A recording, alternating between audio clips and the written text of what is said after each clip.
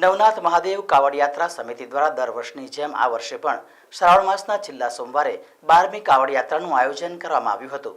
શ્રાવણ માસના છેલ્લા સોમવારે નવનાથ કાવડ યાત્રા સમિતિ દ્વારા દર વર્ષની જેમ આ વર્ષે પણ આયોજન કરવામાં આવ્યું છે, જે કાવડ યાત્રાની સિદ્ધનાથ મહાદેવ મંદિર ખાતેથી શરૂઆત કરવામાં આવી હતી। આ કાવડ યાત્રામાં બ્રહ્મોસ મિસાઇલ બનાવવામાં આવી છે।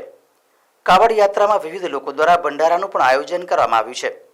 ત્યારે આ કાવડ યાત્રામાં પૂર્વ સૈનિકો અને તમામ શિવભક્તો મોટી સંખ્યામાં જોડાયા હતા।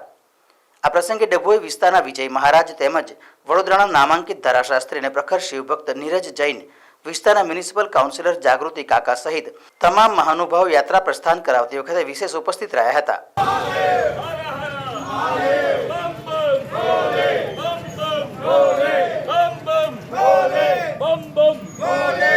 નવનાથ મહાદેવ કાવડ યાત્રા સમિતિ દ્વારા વડોદરા શહેરમાં શ્રાવણના છેલ્લા સોમવારે કાવડ યાત્રા નીકળી છે। આ કાવડ યાત્રામાં વડોદરા શહેરના તમામ લોકો, તમામ તબક્કાના લોકો અને પક્ષાપક્ષીથી ઉપર ઉઠી તમામ પાર્ટીના લોકો જોડાયા છે। આ પ્રસંગે હું વડોદરા શહેરના તમામ લોકોને અભિનંદન આપીશ કે આજનો દિવસ ઉત્સવ તરીકે મનાવીએ છીએ અને શહેરના લોકો પણ આ કાવડ યાત્રાને વધાવી દરેક કાવડિયાઓને જે ઉપવાસ છે એમના ફરાળની બધાની ચિંતા કરે છે। તો એ પ્રસંગે સૌને અભિનંદન અને સાથે સાથે નવનાથ મહાદેવ તમામ લોકોને સુખ સમૃદ્ધિ ઐશ્વર્ય આપે એ જ પ્રાર્થના સાથે હર હર। આજે પવિત્ર શ્રાવણ માસના સોમવારે ભગવાન મહાદેવનો આરાધનાનો દિવસ છે।